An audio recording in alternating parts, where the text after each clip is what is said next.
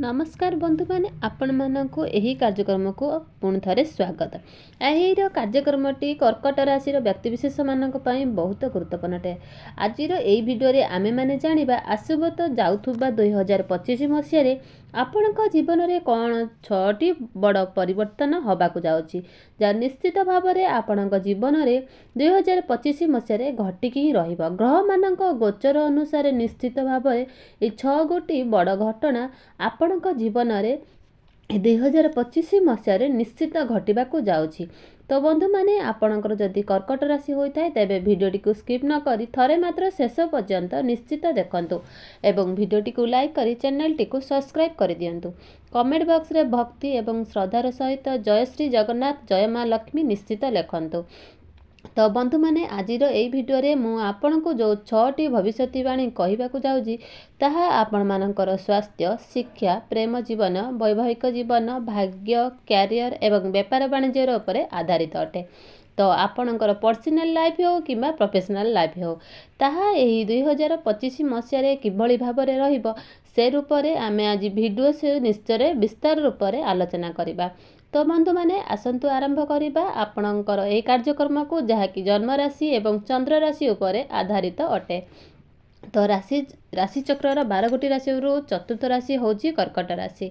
तो जनवरी मास आरंभ रे आपणकर प्रथम भाव में विराजमान होउचंती मंगल, तृतीय भाव में केतु एवं षष्ठ भाव में सूर्य, सप्तम भाव में शनि, नवम भाव में राहु एवं आपणक एकादश भाव में देवगुरु बृहस्पति विराजमान रहिबे।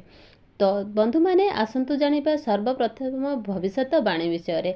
तो बंधु होउचंती द्वितीय भविष्यवाणी होची षष्ठ भाव में विराजमान ही रहिबे। 14 जनवरी आपण मानकर सप्तम स्थान रे विराजमान रहिबे। तो 14 फेब्रुआरी पूर्व 14 मार्च पर्यंत अष्टम स्थान रे विराजमान ही रहिबे। तो मार्च मासरे मध्य भाव पूर्वर आपणकर आखिरे जलन पोड़ी समस्या किछि देखादेव एवं दात जनित समस्या मध्य आपण मानको देखादेव किंबा आपणक परिवार रे कली झगड़ा परी किछि समस्या उत्पन्न होई पारे। ए सहित आपणकर निज बाणी उपरे मध्य नियंत्रण रखिबार अछि एवं परिवार रे जुक्तितर्क ठारू मध्य दूरेई रहिबार अछि। तो बंधु माने वर्ष आरंभ रे ए सब जिनिस प्रति टिके ध्यान देबार अछि। एबे आसंतु जानिबा द्वितीय भविष्यवाणी विषय जहाँकि आपणक बहुत महत्वपूर्ण अटे। आपणक राशि रे शनि जो अढ़ई चलुची तो या नूतन वर्ष रे समाप्त हो जिवो। 30 मार्च 2025 रे आपणकर जो सब शनि अढ़ई चलुची संपूर्ण रूप से आपणकर समाप्त हो जिवो। आपणक अढ़ई वर्षर अपेक्षा अंत घटिबो। यह सहित शनि आपणकर नवम भाव को ही चलन करिवे। आपणकर जदि कोनोसी काम बहुत दिन रे पेंडिंग होई पड़ी रहिथिला तो सेही कार्यटी आपनको आगु को बढ़ी पारु नथिला। तो आपणकर कोनोसी प्रॉपर्टी किना किनी करि पारु नथिले ताहा करि पारु नथिले, कौनसी जानवाहन किणवा को चाहूले ता किणी पारु नथिले किबा एमिति भी किछि कार्य थिला जहाँ आपण करबा को चाहूले ता सेही कार्य को आपण निश्चित करि पारु नथिले। 30 मार्च 2025 पर निश्चित से कार्य गुडी करे आपण 60 रु 70% से कार्य गुडी को आपण आगो को बढ़ाई पारिबे। एबे आसंतु जानिबा तृतीय भविष्यवाणी विषय। तो आपण देवगुरु बृहस्पति आपणकर द्वादश भाव को गोचर करिवे, मिथुन राशि रो गोचर करिवे जे कि भाग्यर स्वामी अटंती। 15 मे 2025 पर आपणकर लॉन्ग ट्रावेल हेबो एवं आपण धार्मिक यात्रा मध्य करि पारंती एवं 15 मे 2025 पर आपणकर जेते चाहिले मध्य कि न चाहिले मध्य पैसा संचय करि पारु नथिले आपणकर बैंक बैलेंस हो किंबा आपणकर कोनोसी टंका सेविंग करि रखुचंती तो से सब टंका खर्च होबाकू लागिबो। आपण चेष्टा कले मध्य से खर्च को रुकी पारिबे नाही, कारण आपण जेतबे लॉन्ग टूर करिवे सेतबेले लॉन्ग ट्रावेल ले आपण धार्मिक यात्रा करिवे सेतबेले आपणकर टंका निश्चित रूप रे ही खर्च हेबो। एई सब प्रति जदि आपणकर खर्च न हुए आपणकर अଯଥା खर्च ही हेबो। अଯଥା खर्च हेबा दरु आपण एई सब दिगरे आपणकर टंका को खर्च करिबा। तो जेतेबेले गुरु आपणकर द्वादश भाव को गोचर करिवे तो तरबरिया भाव में आपण बिल्कुल कोनोसी डिसीजन नियंतु नाही। सेतेबेले आपणकर जेतेबेले कोनोसी डिसीजन नबा को चाहुचंती ता पूर्वर भल भाव में भाबे चिंती कि डिसीजन नियंतु। ଗୁରୁଙ୍କର ଏକାଦଶ ଭାବରେ ଚଳନ ତରବରିଆ କାମରେ କୌଣସି ଡିସିସନ୍ ନିଅନ୍ତୁ ନାହିଁ। ତ ସେଥିପାଇଁ ଆପଣ ଧ୍ୟାନ ଦେବାର ଉଚିତ, କାରଣ ଗୁରୁ ହେଉଛନ୍ତି ଆପଣଙ୍କର ଭାଗ୍ୟ ଭାବର ଅଧିପତି ଏବଂ ଆପଣଙ୍କ ଭାଗ୍ୟ ଭାବର ଅଧିପତି ହୋଇ ଆପଣଙ୍କର ଦ୍ୱାଦଶ ଭାବରେ ଚଳନ କରିବେ। ତ ଯଦି ହଠାତ୍ କରି ଆପଣ ଡିସିସନ୍ ନେଇଯାଆନ୍ତି, ତେବେ ତରବରିଆ ଭାବରେ ଡିସିସନ୍ ନେଇଯାଆନ୍ତି, ତ ଏହାଦ୍ୱାରା ଆପଣଙ୍କୁ ଆପଣ ସମସ୍ୟାରେ ହିଁ ପଡ଼ିବେ। ଏବେ ଆସନ୍ତୁ ଜାଣିବା ଚତୁର୍ଥ ଭବିଷ୍ୟତବାଣୀ। ତ ବନ୍ଧୁମାନେ, ଆପଣଙ୍କର ରାହୁ ନବମ ଭାବକୁ ବାହାରିଯିବେ। ଆପଣଙ୍କୁ ଯେତେ ଶୁଭ ଖବର ଅଟେ, ରାହୁ ଆପଣଙ୍କର ଅଷ୍ଟମ ଭାବକୁ ଚଳନ କରିବେ। ତ ଭାଗ୍ୟରେ ଯାହା ବି କିଛି ବାଧାବିଘ୍ନ ଥିଲା ସେସବୁ ଆପଣଙ୍କର ଦୂର ହୋଇଯିବ ଏବଂ ଆପଣଙ୍କର ଯଦି ଆପଣ କୌଣସି କ୍ୟାରିୟରରେ ଆଗକୁ ବଢ଼ିବାକୁ ଚାହୁଁଥିଲେ, ତ ଚାକିରି କ୍ଷେତ୍ରରେ ପରିବର୍ତ୍ତନ ହେବାକୁ ଚାହୁଁଥିଲେ ଏବଂ ରାହୁ ଆପଣଙ୍କର ସେସବୁକୁ କରିବାକୁ ଦେଉନଥିଲା। ରାହୁ ଆପଣଙ୍କର ନବମ ଭାବରେ ଆପଣଙ୍କର ପ୍ରତ୍ୟେକ କାର୍ଯ୍ୟରେ ବାଧାବିଘ୍ନ ସୃଷ୍ଟି କରୁଥିଲେ।